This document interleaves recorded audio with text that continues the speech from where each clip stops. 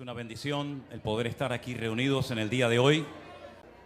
Vamos a cantar una alabanza todos juntos y después voy a pedirle a Margot, que es una hermana que nos está visitando desde el Perú, que venga y nos dé un saludo, porque sabemos que nuestros hermanos de Perú están siguiendo esta retransmisión en directo y también queremos así que brevemente un poquito nos cuentes cómo va la obra en Perú. Yo todavía no he ido allí, a ver si el Señor me permite ir, pero sea como sea, estamos contentos por lo que Dios está haciendo en todas las naciones de la tierra.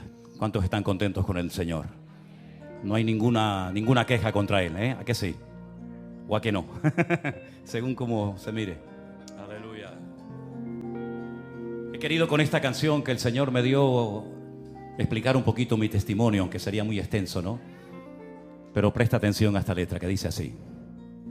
Si quieres saber lo que hizo Dios en mí, cómo pude cambiar y pasar de muerte a vida, Él liberó mi alma, Él sanó mis heridas, perdonó mis pecados, me llenó de su paz. Él llenó el vacío de mi corazón, Él abrió mis ojos y me dio libertad. Él liberó mi alma, Él sanó mis heridas, perdonó mis pecados, me llenó de su paz. Él llenó el vacío de mi corazón y Él abrió mis ojos y me dio libertad.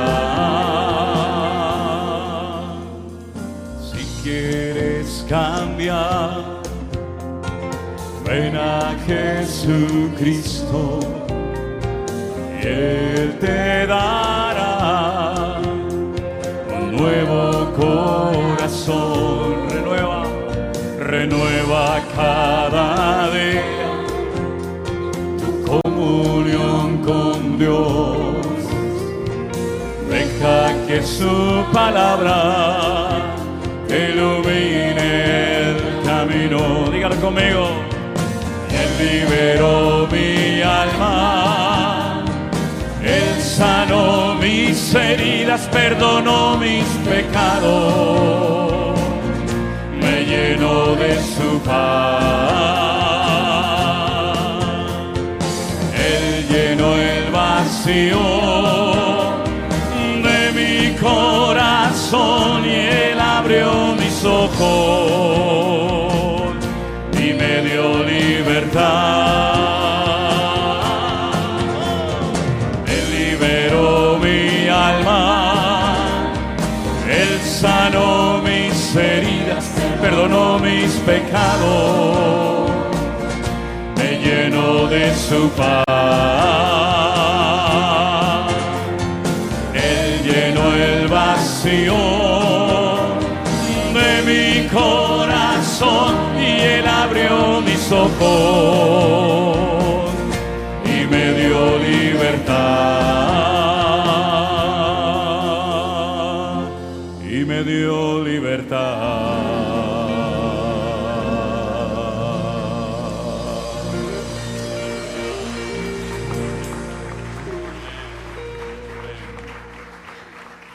Margot, voy a pedir un momentito, por favor, si eres tan amable de subir aquí arriba. Ustedes saben que a raíz de aquellos días de la pandemia, marzo ya del 2020, parece mentira, ahora vamos a cumplir 5 años de aquello, pues comenzaron a llamarnos de todas partes del mundo. Nosotros, como sabéis, vivíamos aquí en la iglesia en aquellos días y transmitíamos los cultos, las reuniones a puerta cerrada, predicando a sillas vacías, pensando que no nos veía nadie, simplemente era por una cuestión de cumplir con nuestro deber, ¿no? Y para nuestra sorpresa, resulta que en aquellos días era cuando más gente en todas partes del mundo nos estaban escuchando con mucha atención. La gente estaba preocupada, atemorizada por las cosas que estaban ocurriendo, por las noticias que salían cada día en la televisión, y comenzamos a recibir llamadas de medio mundo. Bueno, no hemos tenido todavía la oportunidad, seguramente el Señor este año tal vez nos permitirá viajar a Perú, pero se han comenzado a reunir grupos de hermanos en casas, en hoteles, en montones de lugares, y con pantallas, con televisiones grandes, pues han podido seguir los cultos. Y Margot, que vive en Lima, ¿verdad?, capital de Perú, pues comenzó a invitar a gente a su casa. Y cuéntanos un poquito, ¿cuánto tiempo lleváis reuniéndoos? Y más o menos cuántos sois en este momento. Y ya no están en tu casa, ahora creo que están en un hotel, ¿no? Cuéntanos un poquito. Sí, ¿vale? Okay. Hermanos, buenas noches, bendiciones. Y bueno, antes que nada, quiero darle la gloria al Señor, porque Él es maravilloso. Si yo estoy aquí es porque a Él le ha placido y me está llevando por rumbos que yo la verdad no esperaba. Y gracias a Él he podido estar en varios eventos ya con todos los hermanos. Y estoy muy gozosa de verdad de poder estar aquí con ustedes. Y no quiero olvidarme de los saludos de todos los hermanos de Perú que en todo momento me han dicho, por favor, saluda a los hermanos, saluden a los hermanos.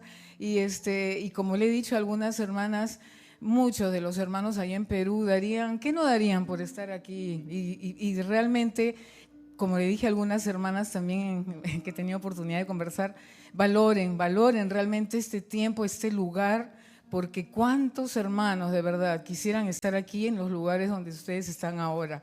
Para mí es un privilegio estar aquí y es realmente yo no tengo nada de, digamos, de qué enorgullecerme ni de que jactarme. La obra es del Señor y a Él le plació abrir las puertas de mi casa. Un 5 de noviembre del 2023 nos reunimos por primera vez, 20 mujeres, con las 19 o 20 mujeres, todas mujeres, ¿no?, en mi casa, y fue a raíz de las reuniones que teníamos virtuales que primero empezó una, dos, y de repente una hermana dijo, bueno, ¿y cuántas somos en total? ¿Qué les parece si nos reunimos para conocernos físicamente? Y bueno, y así fue que me preguntó, ¿no?, la hermana Rosita, que hasta ahora nos acordamos de eso, hermana Margot, ¿y qué le parece si es en su casa? Ni siquiera conocían mi casa. Y bueno, fue así que escogimos un 5 de noviembre, ese fue el primer encuentro, y de ahí, bueno, mandé las fotos a Susana, la coordinadora, y ella se encargó de mandar las fotos, el pastor vio las fotos y dijo, bueno, el lugar, ¿no? Pregúntenle a la hermana si pueden ser las reuniones ahí. Y realmente así empezamos, hermanos. Así empezamos. Al mes siguiente nos visitó el pastor Osman en el mes de noviembre de ese mismo año y tuvimos 85 personas en esas dos reuniones y de ahí continuamos nosotros una vez al mes reuniéndonos el primer domingo de cada mes para compartir la Santa Cena juntos. Entonces ahí en la terraza poníamos las sillas, el televisor y después de la Santa Cena y todo hacíamos un compartir muy bonito, una coinonía muy bonita y el tema es de que, se han ido sumando ya las familias, los amigos y el tema es que ahorita ya estamos llegando a los 80 miembros ahí en Perú y en diciembre de este año 2024 hemos cumplido nuestro primer aniversario, decidimos celebrarlo.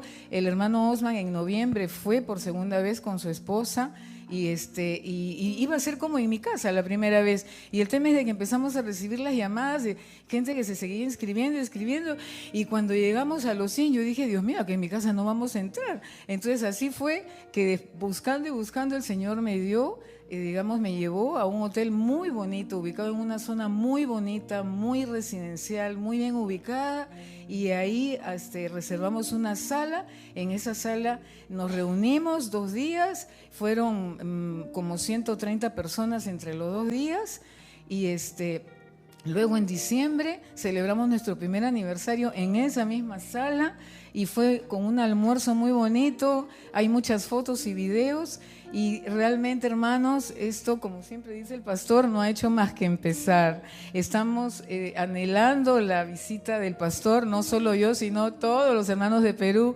Me dicen, pregúntale al pastor cuándo va a venir, pregúntale al pastor cuándo va a venir. Y bueno, el tema es de que sabemos que los tiempos del Señor son perfectos y todo va a ser conforme a la voluntad del Señor. Y bueno, y siguen llamando para pedir la membresía, para hacerse miembros. Entonces, justo cuando he estado acá, han seguido llegando las solicitudes y esto va creciendo, ¿no? Entonces, a partir de este año, ahora el primer domingo de marzo, por primera vez ya nos vamos a empezar a reunir oficialmente como iglesia en esta sala, en este hotel, que ya hemos probado de que es ese lugar, porque es ese lugar que el Señor ya confirmó que es, porque realmente por lo que nos piden difícilmente encontraríamos algo como lo que el Señor nos ha dado. Así que estamos gozosos, los hermanos mandan muchísimos saludos a todos y bueno, esperando que el pastor confirme cuándo va a ser su visita. Y bueno, no sé, hermano, creo que vamos a tener que contratar o alquilar un coliseo, porque yo sé, o sea, somos el 95% somos miembros de Lima, también hay en provincia, pero hay en realidad en todo el Perú, mucha gente que sí, que quiere, y muchos seguidores, porque no solo hay miembros, hay muchos seguidores también, que también son peruanos, que están en distintas partes del mundo. Así que le doy toda la gloria al Señor y nada, sigamos adelante. Ahora en la mañana tuve la oportunidad de estar en el puerto de la Cruz y nada, y también el pastor Marcos sí, me pidió que saludara a los hermanos y les vuelvo a decir lo mismo a ustedes, ¿no? Sigamos adelante, hermanos, sigamos adelante como hijos de Dios, tenemos un llamado, como siempre dice el pastor, de prueba en prueba, de victoria en victoria y de bendición en bendición. Tenemos que seguir adelante, mirándolo al Señor, no temamos las pruebas, los desiertos, porque tenemos que ser transformados para poder servir al Señor. Y para ser transformados tenemos que ser probados. Entonces, sigamos adelante. Les mando saludos a mis hermanos de Perú. Los quiero mucho, yo sé que me están mirando y los quiero a todos. No puedo mencionarlos porque si no, de repente por ahí me olvido de alguien. Y con todos los hermanos que he hablado acá, les mandan también saludos y que el Señor los bendiga. Amén. Ay, pastor. Gracias, hermana, gracias. Fuerte ese aplauso a nuestro Dios. Dios es bueno. Dios es bueno. Aleluya. Y el que busca halla, dice la Biblia. Aleluya. Aleluya.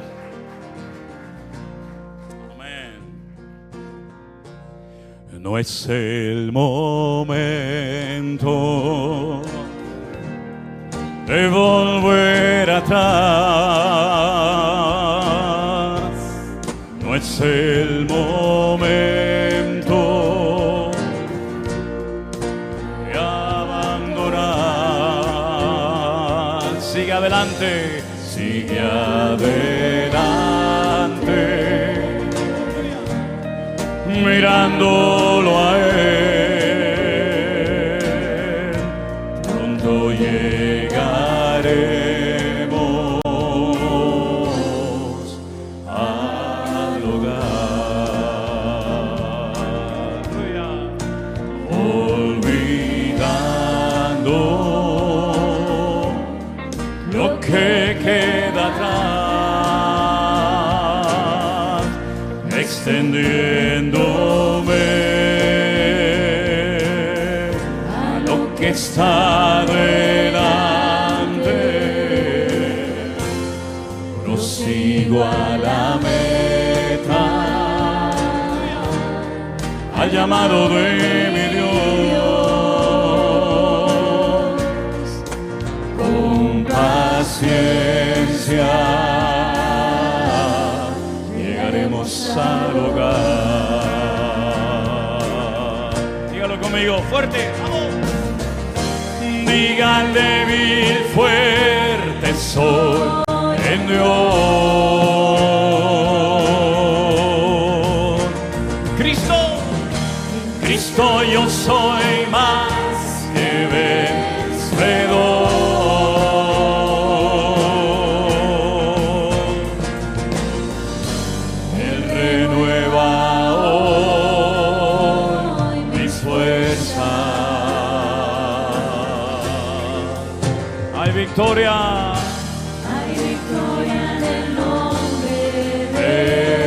Señor.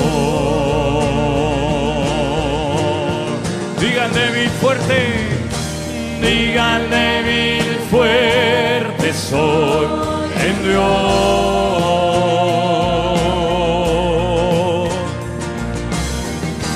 Cristo, yo soy más que vencedor.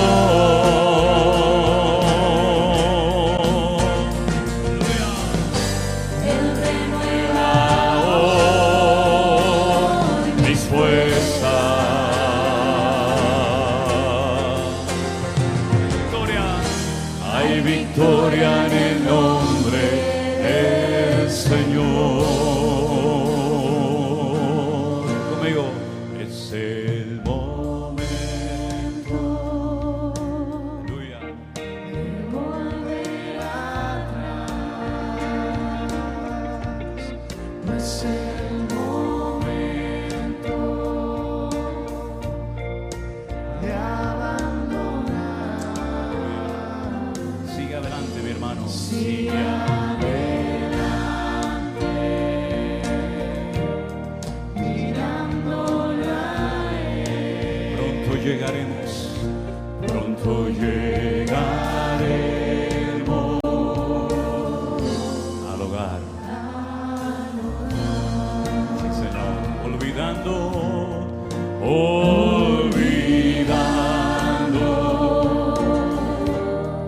lo que queda atrás, extendiéndome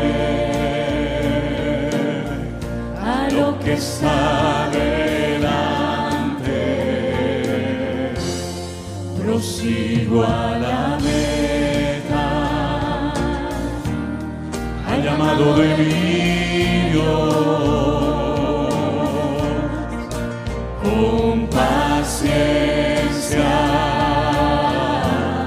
llegaremos al hogar. Vamos fuerte, arriba, vamos. Digan débil fuerte soy en Dios.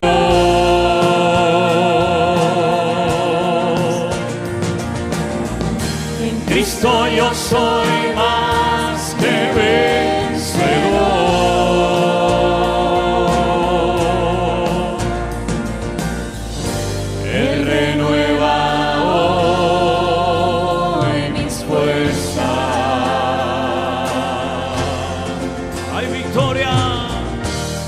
Victoria en el nombre del Señor.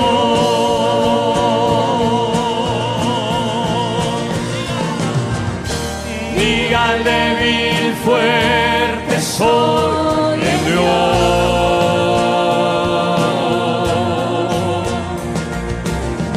En Cristo yo soy más que vencedor.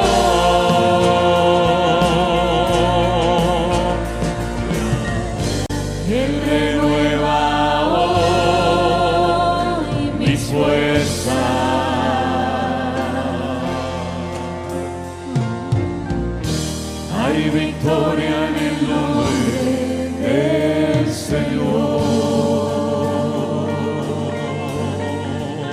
Sí, Señor. Hay victoria en el nombre del Señor.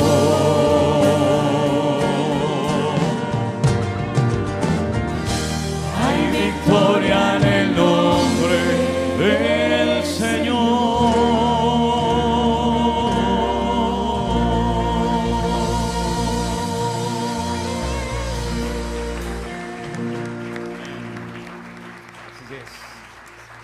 Pueden tomar asiento, mis hermanos, en esta tarde. Voy a pedir a los más pequeñitos, a los niños, si pueden pasar a sus clases, por favor. Hoy los adolescentes de la iglesia están haciendo las funciones así un poquito de ujieres, después levantarán la ofrenda al final, ¿no? También para darle un poquito de lugar a los más jóvenes de la iglesia, pero ahora los más pequeñitos van a pasar a sus respectivas clases y los adultos nos quedamos aquí. Si hay algún adulto también que le haría ilusión pasar a la clase de los niños, con toda libertad, ¿eh? No hay ningún problema. No hay límite de edad. Bueno, hermanos, como sabéis, nosotros, Dios mediante, estamos saliendo mañana de viaje. Vamos a estar visitando a nuestros hermanos en las iglesias que el Señor nos ha permitido también a través de las redes sociales levantar en distintas partes de los Estados Unidos. Y ya está todo preparado. Como en algunos lugares o en muchos lugares de ese enorme país no tenemos local propio, lo que hacemos es pedirle a veces a alguna iglesia que nos preste sus locales. Algunas también nos han invitado. Hay una iglesia en Miami que tiene más de 3.000 miembros que me ha invitado a 3 reuniones con ellos y vamos a estar allí también. Pero la idea es hacer en hoteles, en salones que hemos alquilado, cenas culto, ¿vale? En medio de la cena, pues comenzamos a cantar y mientras la gente está comiendo y participando de los alimentos, pues estamos allí cantando, alabando al Señor, compartiendo la palabra y después del culto, imagínense, tenemos cenas con más de 500 personas por día, ¿vale? Entonces va a ser un tiempo muy intenso, siempre es un tiempo muy intenso. Vamos a estar en 3 lugares en la zona de la Florida, por supuesto en Miami, que es donde llega el avión. Después tenemos una iglesia, nosotros tenemos una iglesia, Centro Evangélico Vida Nueva, tiene alquilada una iglesia y en Orlando vamos a tener también reuniones con nuestros hermanos y otro tipo de actividades. Después nos vamos a ir a otra ciudad que se llama Tampa y después de unos días estaremos viajando por primera vez a una ciudad de Texas que se llama San Antonio. Ya estuvimos el año pasado en una ciudad que nos llevamos una sorpresa tremenda porque vinieron cientos, miles de personas, no solamente de los Estados Unidos, sino de México, de Guatemala, de Honduras, en fin, de muchos lugares cercanos. Pero en esta ocasión vamos a estar en San Antonio, Texas. Me han dicho que es una ciudad muy calurosa, así que llevamos en las maletas ropa de invierno, ropa de abrigo, ¿verdad?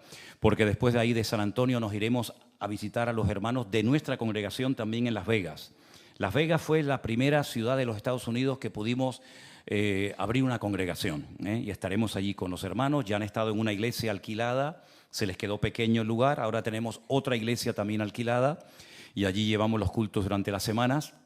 Esa iglesia de Las Vegas tiene también una actividad muy bonita y es que sale de vez en cuando durante la semana a las calles a darle de comer a los homeless, ¿no? A las personas que viven en la calle en una situación catastrófica, una situación realmente terrible, destruidos por las drogas, por el alcohol. Y hay muchos parques, hay muchas zonas alrededor de los famosos hoteles y casinos de Las Vegas donde se juntan cientos y miles de estos jóvenes enganchados a drogas que los están matando, los están destruyendo.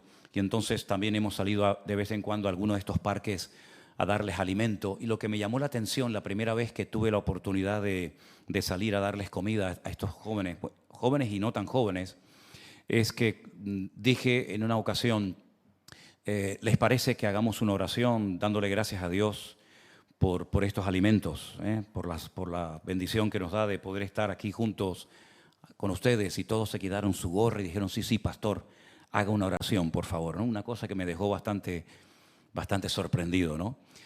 Después de estar unos días en Las Vegas, vamos a viajar a San Francisco, que también tenemos otra congregación de nuestro ministerio y allí ya terminamos casi después de un mes pues este recorrido que haremos por distintas ciudades de los Estados Unidos. Hay mucha gente que nos han seguido durante años por las redes sociales que ellos nos conocen a nosotros perfectamente, pero yo todavía no tengo la oportunidad de conocerles a ellos. Nos llevamos siempre una gran sorpresa cuando se nos acerca a lo mejor gente y nos dice, hemos venido desde tal lugar a estar con ustedes hoy en este culto, porque nos hemos enterado que veníais, voy con Elena en esta ocasión, y hemos viajado 3 días en coche. ¿Cómo que 3 días en coche? Sí, hemos viajado 3 días en coche para venir a un culto y saludarte y en fin, darte las gracias por todas las cosas, ¿no? Y después otros 3 días de viaje, pero así constantemente, hermanos, ¿verdad, Elena? Gente que viaja 3 días, 4 días, gente que viene de Argentina, de Bolivia, de México, de Alaska, de Canadá, de un montón de lugares, a lo mejor para ir a un solo culto, para ir a una sola reunión, ¿no? Como decía Margot en esta tarde, valoremos el privilegio y la oportunidad de poder tener un lugar físico, ¿verdad? Aquí en nuestra tierra, en las Islas Canarias, donde podemos venir un grupo de hermanos, de amigos, alabar a Dios, aprender más de su palabra, porque en muchos lugares no tienen esa esa oportunidad. Y quiero decirte como primicia, todavía no lo he dicho públicamente, es la primera vez que lo voy a decir, así que esta es una primicia. ¿La quieren oír o no? Sí. Cuando estuvimos en Israel el año pasado, conocimos a una pareja, a una pareja de pastores en Perú, en Lima. Y hicimos una cierta amistad, hablábamos todos los días. Cuando viajamos a Israel saben que es todo el día, ¿no? Desde que nos levantamos hasta que nos acostamos, durante una semana, viajamos por aquí, vamos por allá. Y este pastor me habló de su ministerio, de cómo lo estaba pasando y todo eso. Y yo le hice una pregunta, le dije, mira hermano, si tú sigues así trabajando como estás, pues está bien, Dios te va a seguir bendiciendo, Dios te va a seguir abriendo puertas. Pero mira, en la vida hay dos formas de trabajar. Y yo le dije, mira, si nos encontramos con una montaña, tú si quieres puedes a pico y pala intentar quitarla. Vas a trabajar muchísimo y vas a estar durante mucho tiempo esforzándote para, con pico y pala, quitar esa montaña de en medio. Pero hay otras formas más rápidas, más efectivas, más eficaces. Y es, por ejemplo, con dinamita. Ponemos dinamita y saltamos por los aires la montaña y lo que hacemos en un minuto a ti te va a costar 20, 30 años de tu vida si es que lo consigues. Entonces mi pregunta es, ¿cómo quieres seguir trabajando? ¿A pico y pala o con dinamita? Y después de un tiempo este pastor de Perú me escribió y me dice, quiero trabajar con dinamita. Entonces, él en el congreso que vamos a celebrar en el mes de abril en el Escorial en Madrid, lo vamos a presentar como un pastor que se ha añadido a nuestro ministerio. Él ha dejado su iglesia, su denominación y se va a incorporar para trabajar con nosotros. Él va a estar en el congreso y después del congreso va a viajar a Alicante, donde va a estar 3 meses en la finca, allí junto con Silverio y con su esposa probablemente, llevando adelante pues las responsabilidades, porque en el verano tenemos ya muchas personas, muchas iglesias que nos están pidiendo la finca para campamentos, para retiros de jóvenes, etcétera, ¿no? Así que este pastor se llama José Luis, su esposa ahora mismo no caigo cómo se llama, pero los van a conocer. Nixie, José Luis y Nixie, probablemente nos estén viendo ahora. Y van a ser una ayuda muy grande, no solamente en nuestras iglesias aquí, ¿verdad?, sino que seguramente también en Perú. Van a ser de gran bendición porque el grupo en Perú ha crecido mucho, como también el grupo en Madrid. El grupo en Madrid ha crecido muchísimo. En este momento tenemos a Alberto, el pastor nuestro de Fuerteventura, y a Rey, otro pastor que tenemos en una de nuestras iglesias en Fuerteventura. Los he mandado a Madrid para estar este fin de semana con el grupo. Y Alberto me ha dicho, Manolo, tenemos un gran problema, un bendito problema. Y es que ya no cabemos en el salón que hemos alquilado en un hotel. Ya tenemos que alquilar otro salón porque ya no cabe la gente y mucha gente se queda de pie. Entonces también queremos darle este año un empujón grande a la obra de Madrid. Y hay que orar, hermano. Yo le pido a todos ustedes, por favor, que estén orando para que el Señor provea obreros, porque hace falta muchísimos obreros para poder atender todas las obras y todos los lugares donde el Señor ha traído un crecimiento realmente tremendo. Así es que, por favor, cuento con vuestras oraciones. Amén, hermanos. Y también, por supuesto, pedirles oración para que en este viaje el Señor pues, nos guarde. Siempre le pido al Señor que me guarde la voz, porque voy a estar predicando prácticamente y cantando todos los días. Aparte, después habla con uno, habla con el otro, saluda aquí, saluda allá, sale sudado, aquí hay frío, allá hay calor. Y bueno, gracias al Señor, el Señor siempre me ha guardado la voz, pero yo les pido, por favor, que oren por nuestra salud, para que el Señor, como dice la Biblia, guarde nuestra salida y nuestra entrada. Amén, hermanos. Contamos con vuestras oraciones. Ya sin más dilación, quisiera leerles una porción que ha sido de mucha bendición para mi vida y yo quisiera compartirla contigo en esta tarde. Se encuentra en Primera de Pedro, capítulo 1. Y mientras están buscando esta porción, permítame recordarles que Pedro, el apóstol Pedro, fue una de las personas que más cerca vivió del Señor Jesucristo durante su ministerio terrenal. Saben que Jesús tuvo al principio muchos discípulos, no todos siguieron fieles al Señor. Finalmente se quedó con un grupo de 12 y de esos 12 hombres que él preparó y entrenó durante 3 años, hubieron 3 que fueron, por así decirlo, los más cercanos a él, los que más comunión, los que más relación tuvieron con él. Sin lugar a duda, Pedro, Jacobo y Juan. Pedro fue un hombre que experimentó en su vida una serie de milagros y vio una serie de cosas que ningún discípulo vio. Por ejemplo, la Biblia nos enseña que Pedro, en una ocasión, cuando estaba navegando en el mar de Galilea, en medio de una enorme tempestad, la Escritura dice que el Señor Jesucristo se presentó a ellos a medianoche caminando por encima de las aguas. Todos estaban muertos de miedo, pensaban que iban a perecer por las olas, por la enorme tormenta. Y Pedro le dijo: Señor, si tú eres el que yo estoy viendo allí a lo lejos, dame el privilegio, permíteme caminar contigo. No sé por qué los demás no se atrevieron a pedirle eso al Señor. Se lo podían haber pedido, ¿no? Pero solamente Pedro se atrevió a decirle al Señor: permíteme caminar contigo por encima de las aguas. Y el Señor le dijo: pues ven, así de fácil. Ven, ¿te atreves? Venga. Y la Biblia dice que salió de aquella pequeña embarcación, caminó no sabemos cuántos pasos, pero un tiempo caminó. Pero llegó un momento cuando se estaba separando de la barca que tuvo miedo. El miedo se apoderó de él, de su fe. Y entonces dice la Biblia que comenzó a hundirse. Y en medio de su desesperación clamó al Señor, como vimos el domingo pasado. En medio de la angustia invoqué al Eterno y el Eterno me respondió. ¿Se acuerdan? Salmo 118. Señor, sálvame. Y el Señor extendió la mano, lo levantó.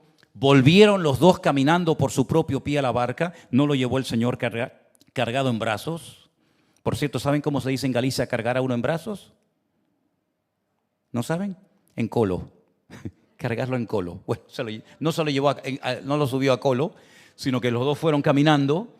Y cuando entran en la barca le dice el Señor: Pedro, ¿por qué dudaste, hombre de poca fe? Y siempre esa palabra a mí me ha golpeado el corazón, porque digo: Señor, yo nunca he caminado por encima de las aguas, ni espero caminar por encima de las aguas. Cuando voy a la península cojo el ferry. No es porque no tenga fe, sino porque es lo que hay. Aparte es un trayecto muy largo. Pero Señor, he caminado por encima de las aguas y me dices que he sido un hombre de poca fe. ¿Qué nos diría a nosotros el Señor, verdad? Sea como sea, el apóstol Pedro tuvo el privilegio de servir al Señor muy de cerca. Lo vio en el monte de la Transfiguración. La tradición dice que es el monte Nebo, donde un día tuvimos la oportunidad de subir. Hay una panorámica espectacular del Valle de Megiddo. Para mí es una de las panorámicas más hermosas que he visto en mi vida. Todo ese valle gigantesco, enorme, precioso, verde, donde hay pistas de aterrizaje de aviones de combate y mucha agricultura y ganadería, y donde se va a llevar a cabo la batalla de Armagedón, ¿verdad? Y en ese monte dice la Biblia que el Señor comenzó a transfigurarse, comenzó a cambiar su apariencia, y apareció Moisés y Elías hablando con el Maestro. Y Pedro estaba allí y lo vio. Y de hecho en una de las cartas que él escribe cuando ya es anciano, ya es muy mayor, él dice: nosotros estuvimos en el Monte Santo y oímos la voz de Dios que decía: este es mi Hijo amado en el cual tengo toda complacencia, ¿verdad? Y Pedro tuvo, ya digo, experiencias maravillosas. Pero una de las bendiciones que tenemos de este hombre, aparte de su testimonio y de sus mensajes, son dos cartas que tenemos en el Nuevo Testamento que, estudiando Primera de Pedro, alguien dijo: es imposible que Pedro haya escrito esta carta. Y la pregunta es: ¿por qué? Porque dice que es una de las cartas más perfectas, me refiero literariamente hablando, en cuanto a la narración, en cuanto al idioma, en cuanto al griego. Dice que es un griego casi perfecto. Y algunos han cuestionado el hecho de que fuera el autor, porque Pedro no era un hombre tan culto y preparado tal vez como el apóstol Pablo, como otros. Pero esto se explica de la siguiente manera. Independientemente de que tuviera más o menos cultura o preparación, realmente Pedro no fue el que escribió la carta. Pedro la dictaba, como era la costumbre en aquella época. Pablo también tenía esta costumbre. No escribió a mano, a puño y letra, todas las cartas del apóstol Pablo, sino que muchas veces las dictaba. Y había en aquellos tiempos un hermano, un creyente llamado Silas, también se le llama Silvano. Es el mismo, Silas y Silvano es el mismo, que se ve que era un hombre muy culto, muy preparado, que sabía redactar lo que uno decía, y probablemente eso fue lo que ocurrió. Pedro le dictaba, Pedro le decía ciertas y determinadas cosas a Silas, Silas las ponía bien escritas, y al final Pedro lo que hacía es que las firmaba. Una de las características, aparte de la que acabo de mencionar, de esta carta, es que es una carta universal. En otras palabras, no es como Pablo, que escribía la carta a los corintios, y era una carta para los corintios. O la carta de Pablo a los tesalonicenses, o la carta de Pablo a los filipenses. En esta ocasión, Pedro no le escribe a una sola congregación, sino Pedro le escribe a todos los hermanos que están siendo perseguidos, que viven en una región donde había en aquel tiempo muchísimos creyentes. Se conocía como Asia Menor, lo que sería hoy en día mayoritariamente el territorio de Turquía. Y había muchos creyentes que habían huido de las persecuciones. Pedro les escribe a todos los hermanos que están pasándolo mal, hermanos que han perdido casa, que han perdido seres queridos, que han tenido que huir prácticamente con lo opuesto, y le escribe a los expatriados, como dice él, le escribe a todos los que están siendo perseguidos. Y uno de los objetivos de la carta es animar a esos creyentes a mantenerse firmes a pesar de las persecuciones y de las injusticias terribles que se están cometiendo contra ellos. El apóstol Pedro, hay un momento que les dice: no os sorprendáis, hermanos, no estén nerviosos, no se preocupen por el fuego de prueba que os ha sobrevenido, como si alguna cosa extraña os aconteciera. Gócense en el Señor, ¿verdad? Manténganse firmes. Y a pesar de lo que están pasando, el Señor está con vosotros y os va a dar fuerzas y os va a ayudar. Así que adelante, y escribe estas cartas para dar ánimo, ¿verdad? A veces en la vida necesitamos una palabra de ánimo, ¿sí o no? A veces necesitamos que nos exhorten, que nos corrijan. Otras veces necesitamos una palabra de ánimo, una palabra de aliento. Y en esta ocasión los hermanos estaban siendo muy perseguidos. Los emperadores romanos se cebaron con los cristianos. Ellos no entendían cómo es posible que hubiera un colectivo, que hubiera un grupo de personas que no quisieran darle culto al César de Roma, que no lo reconocieran como una divinidad. No les entraba en la cabeza. Para ellos eso era un acto de rebelión, que había que castigarlo. Y por eso durante más de 300 años, los cristianos fueron odiados y perseguidos por los emperadores romanos, porque eran monoteístas, no adoraban a Júpiter, a Venus, a Afrodita, a Apolos y a tantos dioses que tenían, que habían adoptado de la cultura griega, más los que ellos también tenían. Y tampoco aceptaban el hecho de que ellos adoraran a alguien que, según ellos decían, había muerto, pero que había resucitado al tercer día. No les cabía nada de eso en la cabeza. Vamos a Primera de Pedro, por favor, capítulo 1, a partir del verso 3, leemos lo siguiente. Bendito el Dios y Padre de nuestro Señor Jesucristo, que según su grande misericordia nos hizo renacer para una esperanza viva por la resurrección de Jesucristo de entre los muertos, para una herencia incorruptible, incontaminada e inaccesible, reservada en los cielos para vosotros, que sois guardados por el poder de Dios mediante la fe, para alcanzar la salvación que está preparada para ser manifestada en el tiempo postrero, es decir, en los últimos tiempos, en lo cual vosotros os alegráis, aunque ahora por un poco de tiempo, si es necesario, tengáis que ser afligidos en diversas pruebas, para que sometida a prueba vuestra fe, mucho más preciosa que el oro, el cual, aunque perecedero, se prueba con fuego, sea hallada en alabanza, gloria y honra cuando sea manifestado Jesucristo, a quien amáis sin haberle visto, en quien creyendo, aunque ahora no lo veáis, os alegráis con gozo inefable y glorioso, obteniendo el fin de vuestra fe, que es la salvación de vuestras almas. Los profetas que profetizaron, escucha bien esto, muy interesante este dato, los profetas que profetizaron de la gracia destinada para vosotros, inquirieron y diligentemente indagaron acerca de esta salvación, escudriñando qué persona y qué tiempo indicaba el Espíritu de Cristo que estaba en ellos, el cual anunciaba de antemano los sufrimientos de Cristo y las glorias que vendrían tras ellos. A esto se les reveló que no era para sí mismos, sino para nosotros. Administraban las cosas que ahora os son anunciadas por los que os han predicado el Evangelio, por el Espíritu Santo enviado del cielo, cosas en las cuales anhelan mirar los ángeles. Vamos a ir desgranando un poquito, si os parece, esta porción tan interesante. Lo primero que el apóstol Pedro menciona aquí es que hemos renacido. En otra parte de la Biblia, el mismo término se emplea, pero con otra expresión, nacer de nuevo. Nadie en el Antiguo Testamento había utilizado jamás esa expresión. Habían hablado de otras cosas y habían utilizado muchas expresiones, pero nadie nunca había utilizado el término renacer o nacer de nuevo.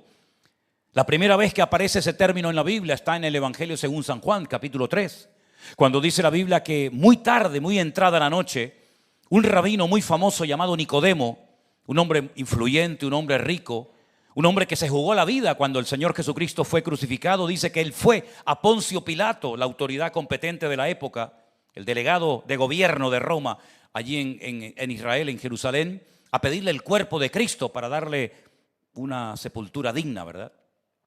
Pues Nicodemo dice que fue a medianoche y tocó a la puerta donde el Señor Jesucristo se estaba hospedando, y el Señor pues le abre la puerta, lo atiende, y lo primero que Nicodemo, este rabino famoso, le dice a Jesús es: sabemos, claro, se ve que va en representación de un colectivo, ¿no? Se ve que él es el que va por delante, pero él va en nombre de otros que tal vez no se atrevieron a acompañarlo por miedo a los judíos. Sabemos que has venido de parte de Dios, porque nadie puede hacer estas señales, estos milagros, estos prodigios que tú haces si Dios no está con él. Y el Señor Jesucristo se le queda mirando y le dice: ¿sabes, Nicodemo? Si no naces de nuevo, no puedes entrar en el reino de Dios. Era la primera vez en la historia que un hombre oía semejante expresión. Tienes que nacer de nuevo. Y es algo tan importante que si no naces de nuevo, no podrás entrar en el reino de Dios. Perderás esta vida y la otra. Claro, Nicodemo quedó en shock. Nicodemo dijo: ¿cómo? Que el requisito indispensable para poder entrar en la vida eterna, en el reino de Dios, es nacer de nuevo. Él comienza a preocuparse porque dice: eso significa que tenemos que volver otra vez a entrar en el vientre de nuestras madres y volver a nacer. Y el Señor Jesucristo le explica y le dice: no es así, Nicodemo. Todos los seres humanos nacemos, unos en un lugar, otros en otro, unos en una época, otros en otra generación. Pero todos más o menos hemos venido a este mundo igual. Pero hay un nacimiento espiritual que no tiene nada que ver con ese nacimiento físico que tú y yo hemos experimentado. Es un nacimiento de tu ser interior, de tu espíritu, de tu alma. Ese nacimiento es fundamental para que puedas heredar la vida eterna. Y entonces el Señor mantiene una conversación en Juan capítulo 3, podéis leerla si os interesa, muy interesante, acerca de cómo se puede nacer de nuevo, cómo una persona puede pasar literalmente de muerte a vida, espiritualmente hablando, porque la Biblia nos enseña que somos espíritu, alma y cuerpo. El cuerpo es temporal, es finito. Tarde o temprano envejece, se desgasta, muere. Pero lo que llevamos por dentro, tu alma y tu espíritu, tienen eternidad. Y buscarán un lugar donde ubicarse en la eternidad. Y solamente hay dos lugares según la Biblia. O en la presencia de Dios por la eternidad, gozando de todo lo que la Biblia dice que es espectacular. O alejado de la presencia de Dios por toda la eternidad, sufriendo y padeciendo no haber aprovechado la oportunidad que un día Dios te dio de nacer de nuevo. Ahora Pedro dice que nosotros tenemos hoy en día una esperanza viva porque hemos nacido de nuevo o renacido, como él dice. La pregunta que yo le hago a todos y a cada uno de ustedes y a los que están siguiendo en directo esta retransmisión en esta tarde es: ¿usted ha nacido de nuevo? No significa que hay que cambiar de religión. Bueno, antes iba a misa, ahora voy a un culto. Antes oía a un cura, ahora oigo a un pastor. No es eso. No es un cambio simplemente externo, aunque muchas veces aceptar y recibir a Cristo en nuestras vidas implica cambiar en muchas cosas por fuera. Es un cambio interior, es recibir la vida, recibir a Cristo como nuestro Señor y Salvador personal. Es tener una comunión, una relación personal con Él. No es hablar de un Dios lejano, frío, distante, indiferente, sino un Dios cercano a mi vida. Un Dios con el cual puedo mantener conversaciones. Un Dios que me pastorea, que me cuida, que me alienta, que me ayuda en mis momentos de crisis, en el matrimonio, en lo físico, en lo espiritual o en cualquier otro área de mi vida. El nuevo nacimiento es pedirle perdón por nuestros pecados, que son los que nos separan de Dios. Y que Cristo nos limpie y podamos formar parte de la familia de Dios. Y inscriba mi nombre en el libro de la vida. Para que cuando yo muera, que moriré, el Señor Jesucristo habla al libro y me diga: tu nombre está aquí, entra en el gozo de tu Señor. Y Pedro dice que esa esperanza es viva, no es una esperanza muerta. Qué triste cuando hay personas que piensan que por matar a otras van a heredar lo que lamentablemente creen que van a heredar y tener, y están sinceramente equivocados y son capaces de dar su vida por causas totalmente distorsionadas y ajenas y opuestas a la palabra de Dios, ¿verdad? Pero qué hermoso es saber que la esperanza que tenemos no es una esperanza ridícula, absurda, sino es una esperanza viva. ¿Por qué? Porque Él está vivo. Y como Él está vivo, mi esperanza en Él es viva. Mi relación con Él es viva. Mi comunión con Él está viva porque Él está vivo. Y Él me dio vida cuando yo estaba muerto en mis delitos y en mis pecados, dice la palabra de Dios.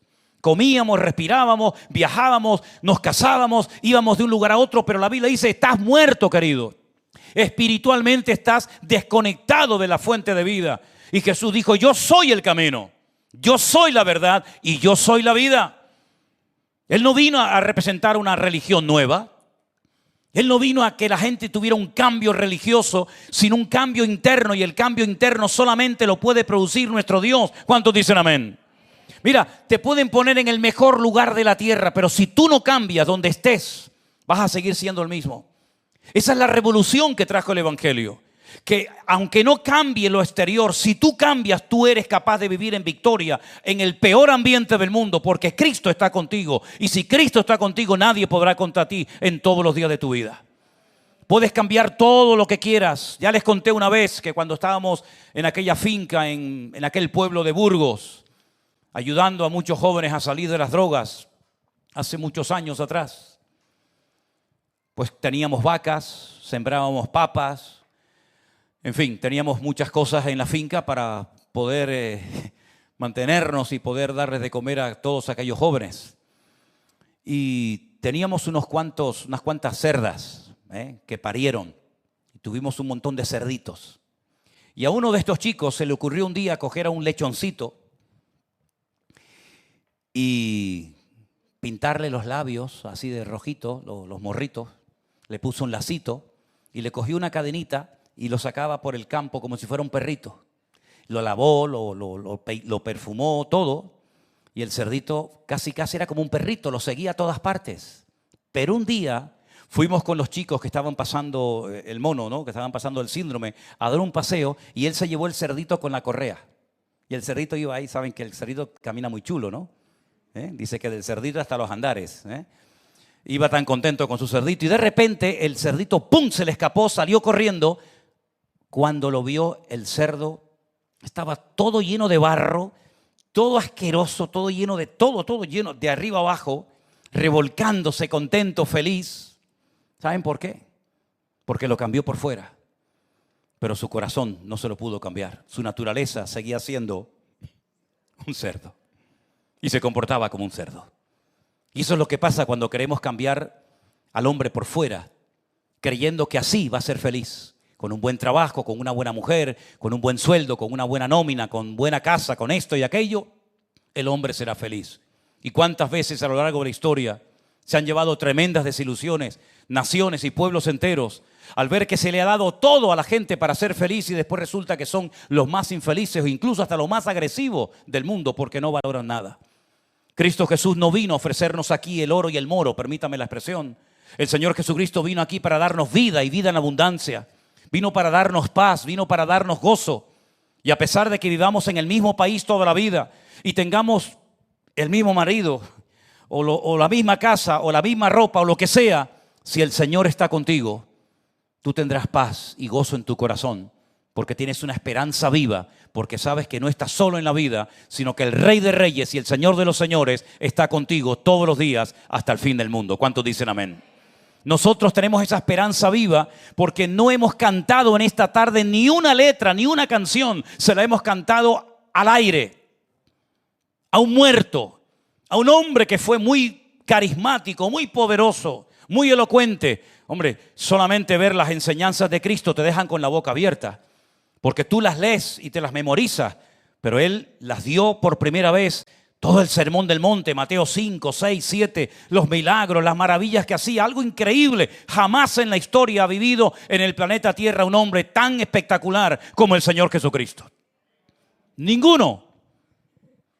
Sin embargo, si hubiera muerto y no hubiera resucitado, no tendría ninguna razón de ser estar aquí nosotros en esta noche hablando de un muerto Podríamos venir a hablar de un cadáver, pero nuestros pecados no han sido perdonados, nuestros nombres no estarían escritos en el libro de la vida, no tendríamos una esperanza viva, no tendríamos vida eterna, no tendríamos nada que festejar, sino simplemente hablar de un muerto. Como nos pasó una vez en Jerusalén cuando estábamos paseando por el barrio armenio y vimos una cola de gente que iba a entrar a una iglesia y pregunté a dónde iban y me decían, van a ver al apóstol Santiago. Y le dije, hasta ahí podríamos llegar. El apóstol Santiago está en España, amigo. Me dice, no, el apóstol entero no. Le digo, ¿cómo que el apóstol entero no? ¿Que tienen un cacho? Y me dice, sí, nosotros tenemos la cabeza. Ah, ustedes, digo, ay, mi madre, cuando se enteren los españoles que el apóstol Santiago está sin cabeza. Entonces ya me conocen, ya saben cómo yo soy, ¿no? Y le dije, ¿y no se pueden poner un día de acuerdo? Y tú le prestas un día la cabeza, ellos te mandan un día al cuerpo y hacemos una fiestita juntos. Y al pobrecito y claro, ya se pusieron un poco bravos y ya me tuve que ir, ¿no? Pero qué terrible, ¿no? Gente haciendo cola para ver la cabeza, que aunque hubiera sido la de Santiago, qué bien o qué daño, qué beneficio, qué bendición te puede aportar la cabeza de un señor que lo mataron hace 2000 años. En Oviedo estaba un día también en una calle y vi una cola de gente y le dije, perdón, ¿a dónde va? Y dice, no, a la catedral de Oviedo. Digo, dice, porque tenemos un cáliz con 3 gotas de la leche de María. Digo, ¿3 qué? 3 gotas de leche de María. ¿Pero cómo va a tener 3 gotas de leche María? Sí, claro. Ayer escuché una declaración de un imán muy conocido dentro del mundo del Islam que dijo con toda certeza, totalmente convencido, que ellos jamás van a renunciar a Jerusalén, ni mucho menos a la famosa mezquita de Al-Aqsa que está en lo alto del monte Moriah, porque esa mezquita la hizo Adán y Eva.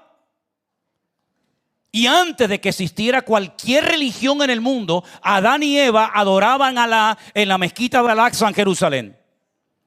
Y el hombre estaba convencido que así era. Un auténtico disparate, como tantos y tantos disparates de la religión. Pero sin embargo nuestra esperanza no está ni en una cabeza, ni en un clavo, ni en las 3 gotas de leche de la María o de la que fuera, sino que nuestra esperanza está en el Señor Jesucristo, que venció a la muerte y vive por los siglos de los siglos. Amén. ¿Cuántos dicen amén en esta tarde? Denle ese fuerte aplauso al Señor, mi hermano. Esa es nuestra esperanza, en un Dios vivo. Aleluya. En Las Palmas, ustedes saben que yo viví muchos años en Las Palmas, en el Parque San Telmo, hay una iglesia donde dicen que están los clavos de la cruz de Cristo. Es decir, las reliquias están por todos los lados.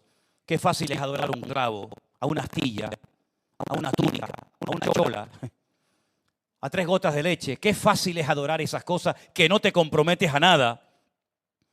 Pero qué difícil es a veces decir, Señor, perdóname. Yo sé que tú moriste por mí y yo te entrego mi vida porque sé que sin ti yo estoy totalmente perdido. ¿Cuántos dicen amén? Los ricos cuando mueren dejan herencia. ¿Sí o no? ¿Ustedes, cómo que no? Lo que hagan después es otra cosa, pero generalmente los ricos dejan herencia y después el follón que se monta con las herencias, ¿sí o no? Así que hermanitas, a ver a quién le van a dejar la herencia, los millones que tienen debajo del colchón, porque luego va a ser un lío tremendo. ¿Por qué le dejaste a este? ¿Por qué le dejaste al otro?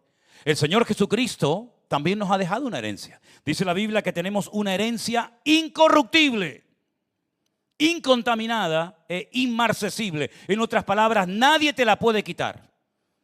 Esa herencia no es aquí, evidentemente. Si tú esperas aquí a tener tu herencia, apañado vas. Pero el Señor Jesucristo ha dicho que los que creemos en Él tenemos una herencia en el reino de los cielos. Y esa es nuestra esperanza. Él le dijo un día a sus discípulos, no se turbe vuestro corazón. Creéis en Dios, creed también en mí. En la casa de mi Padre muchas moradas hay. Si así no fuera, yo os lo hubiera dicho. Voy pues a preparar lugar para vosotros, para que donde yo esté hoy, vosotros también estéis conmigo. En otras palabras, el Señor, cuando lleguemos a su presencia, no te vas a llevar una desilusión diciendo tanta tanta presión que soporté, tantas tentaciones que superé, tanta fidelidad, tanta oración al final para esto. Hermanos, les puedo asegurar que cuando lleguemos a la presencia del Señor vamos a decir, esto sí que es vida, amigo. Esta es la herencia maravillosa que el Señor tiene preparada para todos y para cada uno de nosotros. Pero, mientras tanto, dice la Biblia que a lo mejor, si es necesario, si Él lo cree oportuno, vamos a tener que pasar por distintas pruebas y tribulaciones y dificultades. A veces tribulaciones que uno dice, Señor, no entiendo por qué me pasa esto con mi mujer, o con mi marido, o esta enfermedad, o con mis hijos. Las pruebas y las dificultades de la vida son variadas. A veces vienen cuando menos te las esperas. Pero en todas y en cada una de estas dificultades, tú tienes que hacer algo que es lo correcto y es lo que te va a ayudar. Es clamar a Dios, refugiarte en el Señor. Y el Señor te va a dar el consuelo, la fortaleza y el ánimo para que tú en medio de tu dolor, de tu enfermedad, de tu situación, tú puedes decir, Señor, gracias, no entiendo nada, pero yo sé que todo tiene un propósito en la vida. Y en medio de esas pruebas tú vas a acercarte a Dios, que ese es el objetivo de la prueba. No machacarte, no hundirte, sino que te acerques a Dios, que clames a Dios y que descubras la naturaleza bondadosa y misericordiosa de Dios y que puedas ver cómo Él se identifica contigo y tú no estás solo en medio de ese dolor, en medio de esa angustia, sino que Él te va a acompañar y vas a sentir su calor y su presencia todos los días de tu vida. Y como dijo David en el famoso Salmo 23, ¿verdad? Aunque ande por valles de sombra y de muerte, ¿qué dice? No temeré mal alguno, porque tu vara y tu cayado me infunden aliento. Dios va a tener que probar nuestra fe. Claro que sí, por supuesto. Una persona que no ha trabajado bajo presión es una persona débil en todos los sentidos. Pero una persona, un creyente que ha sido probado en distintas pruebas, en distintos momentos de su vida, es una persona que tiene una fe firme, una fe robusta y sigue adelante cada día más fuerte en el Señor. Porque la debilidad no viene después de haber superado una prueba, sino todo lo contrario. Usted va a salir fortalecido, va a salir renovado. Es como cuando el oro dice que lo prueban por el fuego para quitarle todas las impurezas. No lo están destruyendo, lo están purificando, lo están limpiando. Y el fuego es un tipo, es una forma, como dice el apóstol Pedro, de que nosotros también vamos a ser probados. Y vamos a ser probados en muchas áreas de nuestra vida.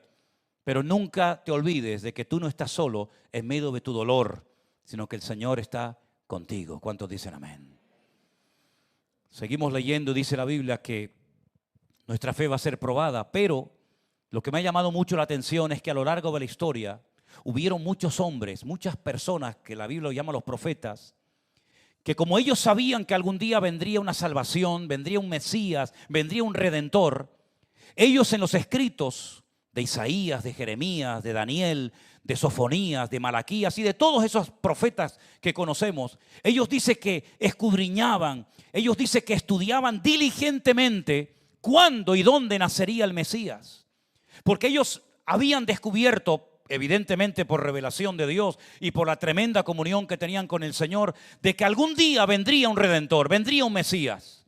Y ese Mesías experimentaría todo tipo de sufrimientos, pero también después de sus sufrimientos vendrían unas glorias, unas victorias inmensas. Y ellos dicen que durante siglos estudiaron diligentemente, noche y día, para ver quién era ese Mesías, dónde tenía que nacer, cómo se iba a llamar, cómo iba a vivir, de cómo iba a morir, etcétera, etcétera. Y entonces dice que todos y cada uno de esos profetas que estudiaron todo esto, llegaron a la conclusión de que todo lo que escribían y todo lo que enseñaban a la gente, ellos no lo iban a ver con sus propios ojos, sino que ellos eran instrumentos que Dios estaba utilizando para poner una base de profecías para que cuando apareciera ese tremendo personaje que fue nuestro Señor Jesucristo, pudiéramos identificarlo y pudiéramos discernir si era o no era el verdadero Mesías que había sido de antemano profetizado por los profetas del Antiguo Testamento. Si Daniel escribió cosas que nunca vio, ni siquiera las entendía.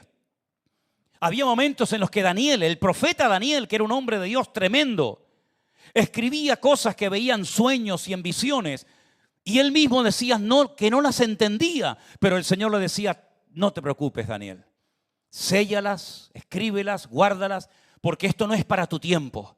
Esto es un material, es una información tremenda que a lo largo de siglos van a tener mis hijos, mi pueblo, que les va a ayudar a reconocer al verdadero Mesías de los falsos Mesías que van a aparecer. Pero tú tranquilo, esto no es para tu tiempo, pero gózate que yo te estoy utilizando para dar esta información a mis hijos. Isaías sabía cómo se iba a llamar el Mesías y cómo iba a morir. Y tantos detalles que escribieron los profetas, pero ninguno de ellos vio todo eso. Simplemente fueron personas que recibían información y la escribían y la transmitían oralmente o a través de sus profecías hasta llegar a nuestros días. Y por eso hace 2000 años, cuando vino por fin el Mesías y nació donde tenía que nacer, según lo que dijo Miqueas, en Belén de Judea, procedente de la tribu de Judá, tanto por parte paterna como por parte materna. Y todos y cada uno de los detalles que se dieron en la vida de Jesús, uno puede comprobar si realmente aquel hombre fue un impostor, un mentiroso, un manipulador de la historia, o realmente fue el que dijo que era el Salvador y el Redentor del mundo. Y para muchos Jesucristo cuando murió fue todo un fracaso y una derrota terrible.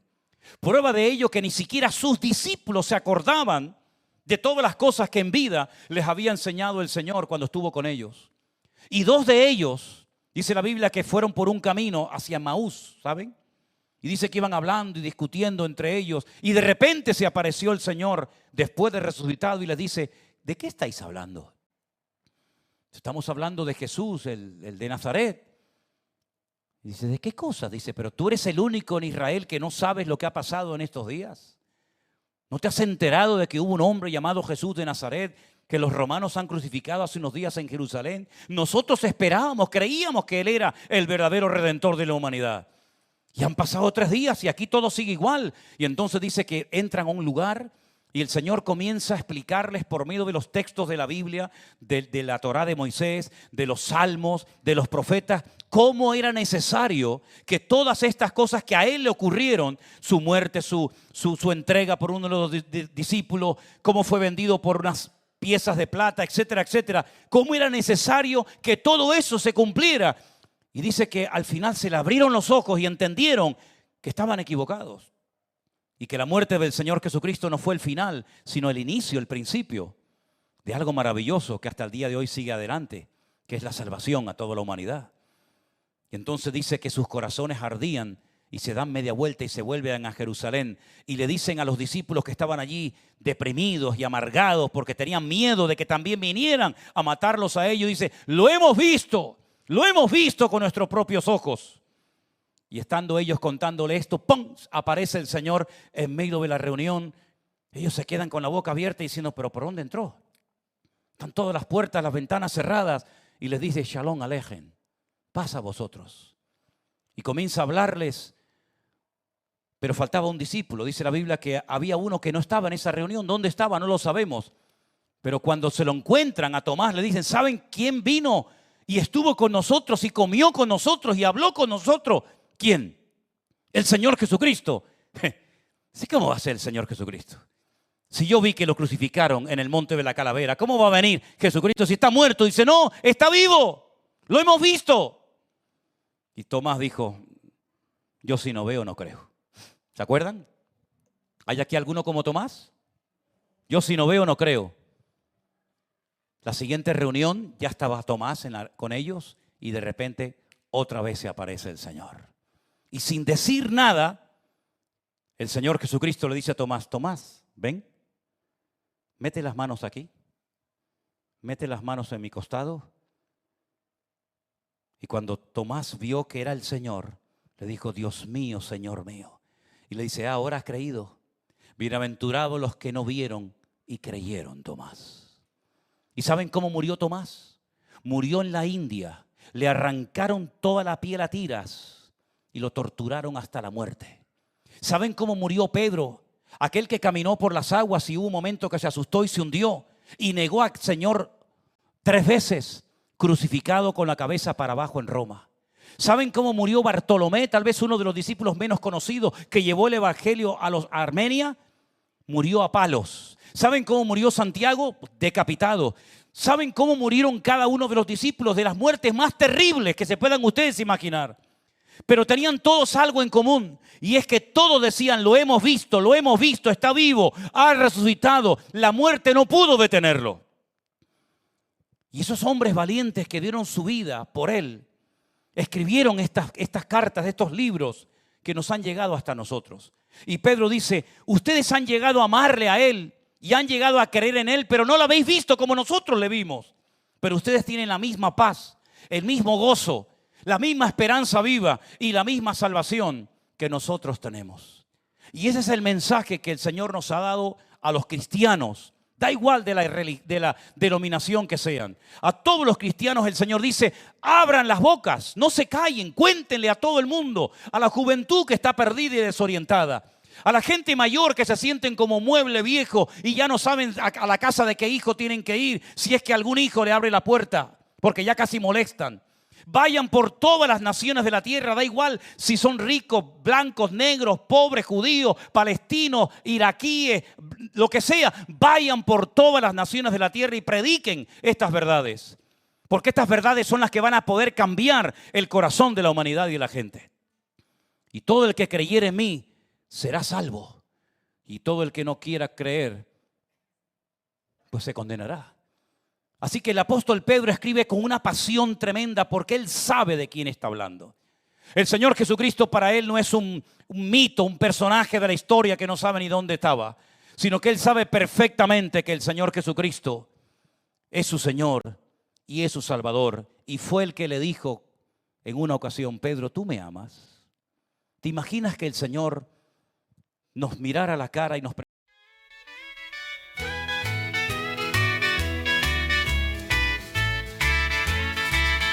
You've been working all night long.